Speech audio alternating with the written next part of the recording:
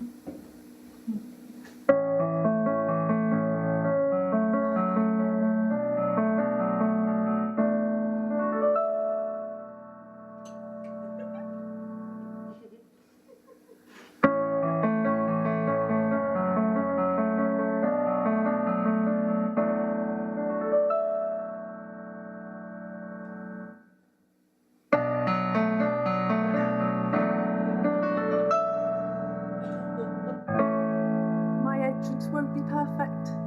Perhaps if I start at all, instead of waiting for my cue till it's my curtain call, the volume might be lacking, the words might be unclear.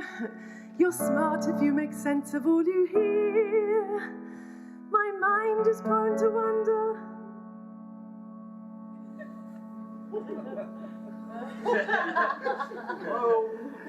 My memory's not that good, exactly when I should, so I don't always sing my lines, and though I try I can't syncopate, apart from when I should be singing straight.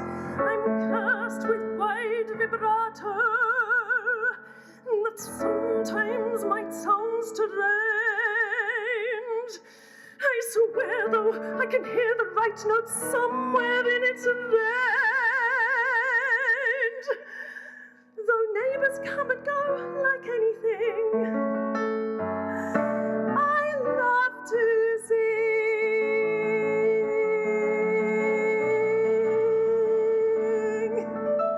My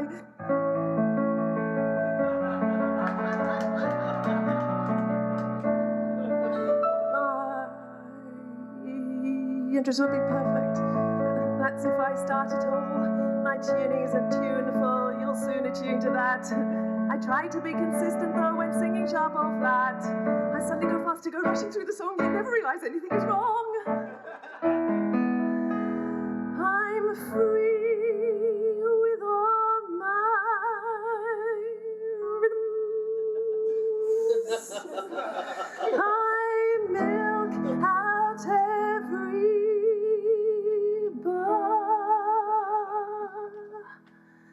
and my enunciation sometimes goes a tad too far. And sometimes I forget all the words. The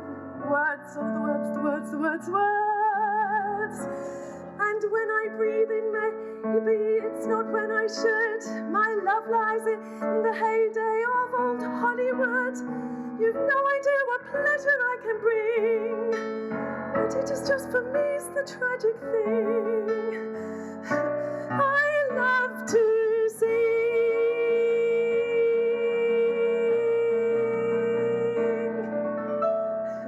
And when it comes to keys, mine have no pleasant ring. And tunes just pop out of my head when I'm about to sing. I go into half time, at least that's what they say.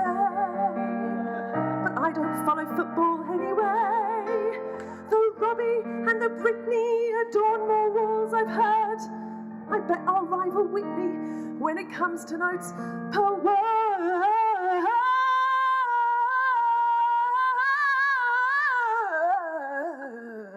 Yeah.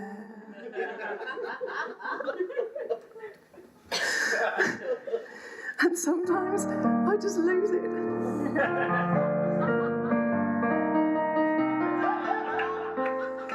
But I've had good premonitions, so I'll be a smash, I know, 'cause that's the sound my windows make when I sing fortissimo. Let Florence Foster Jenkins live in me. Ha, ha, ha, ha, ha, ha. Especially usually when I finish suddenly.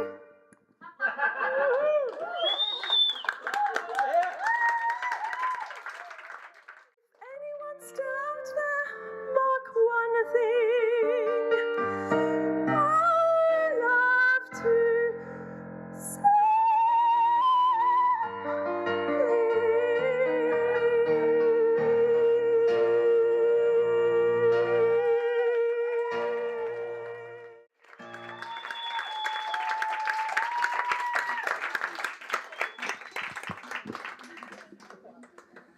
Thank you.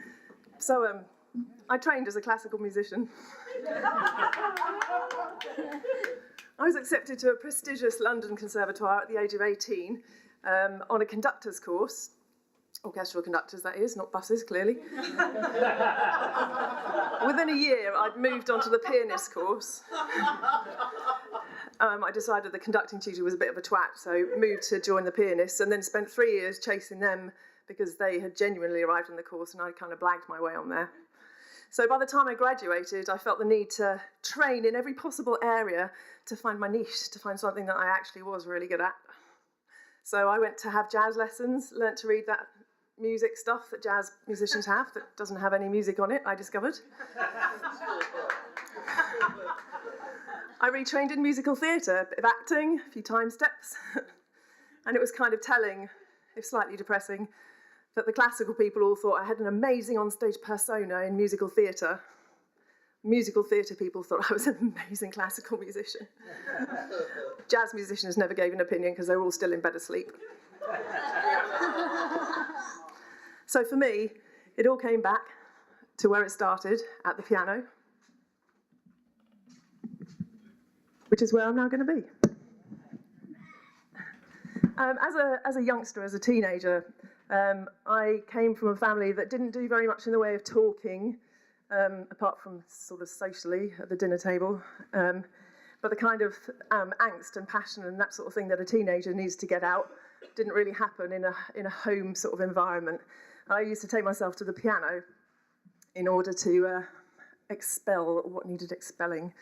It was kind of safer, I felt. It didn't answer back in a slightly ferocious German accent of my mother, even when I was playing Beethoven. It didn't store up information for a couple of years, ready to throw back at you a couple of years after that, when it became necessary. You could smack it really loudly, and it didn't cry. So this is where I expressed myself as a teenager, and I guess now still. Sometimes I think my heart will burst like a balloon inside my chest, with all the love that's waiting here unexpressed.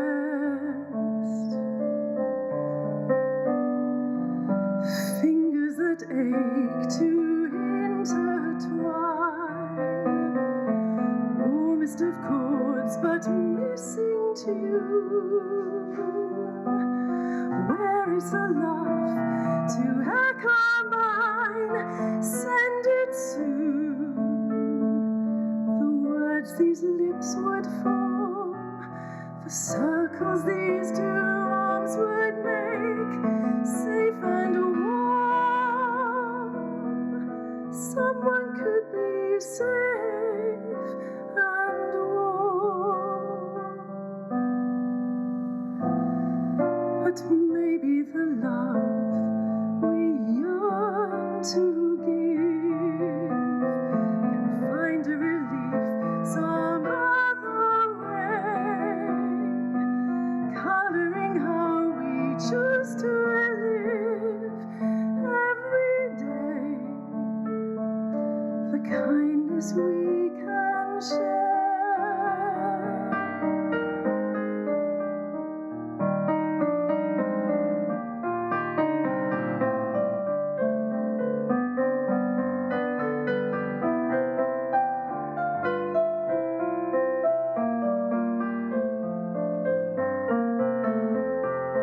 The kindness we can these two arms might lend in despair. Someone's always in despair.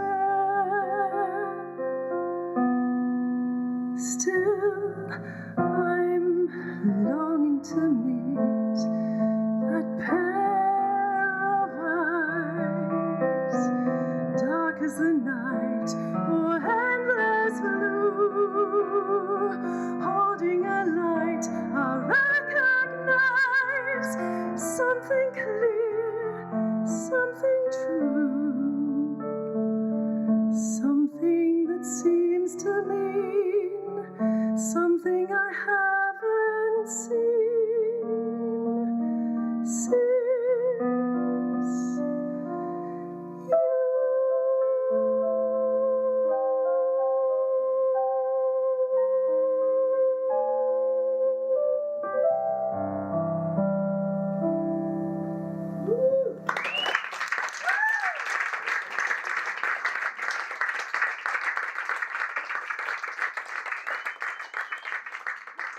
Thank you very much. Well, as all the other people I think that have appeared on this stage, I've been having the most wonderful time for the last couple of weeks, revisiting my student days, being taught stuff properly, and actually catching up with a lot of old friends. It's been really marvellous. I kind of knew when I left London that I would always want to come back one day. And a couple of months ago, the decision was taken. I've been back here hunting for houses, put in an offer. That's my friends. It's nice to have friends, isn't it? I put in an offer on a house in Forest Gate. Strikes me that I'll be tootling past Stratford, and I'll be catching a glimpse of the carcass that is the Olympic building pretty much on a regular basis. Yeah?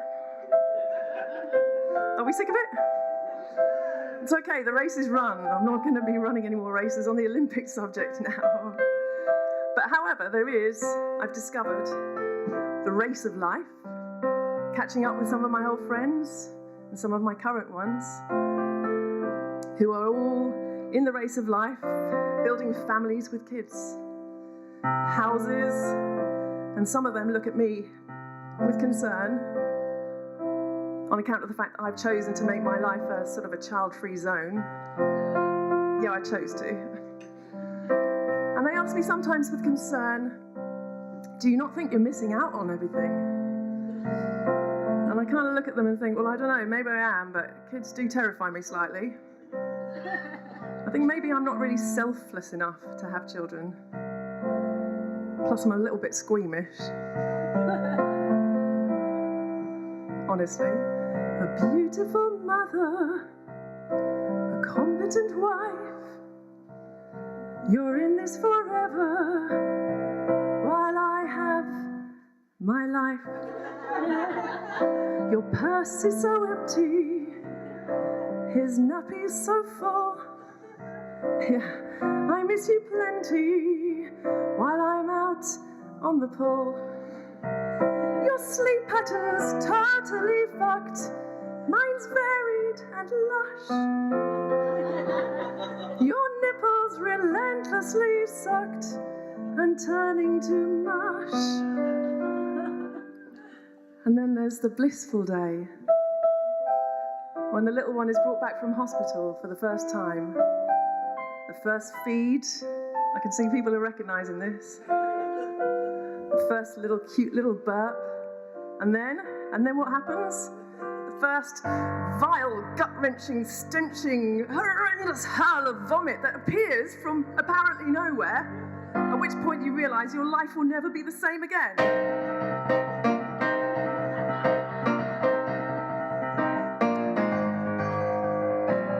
Throwing up all over your feet, and your life goes to pieces. He'll spend your money, he'll do crack on the street, and you'll need all your will to survive. Baby talk, such mind-blowing crap. Dinner dates traded for play dates. Did you ever feel such pain in your back and you're knee-deep in parsnip puree?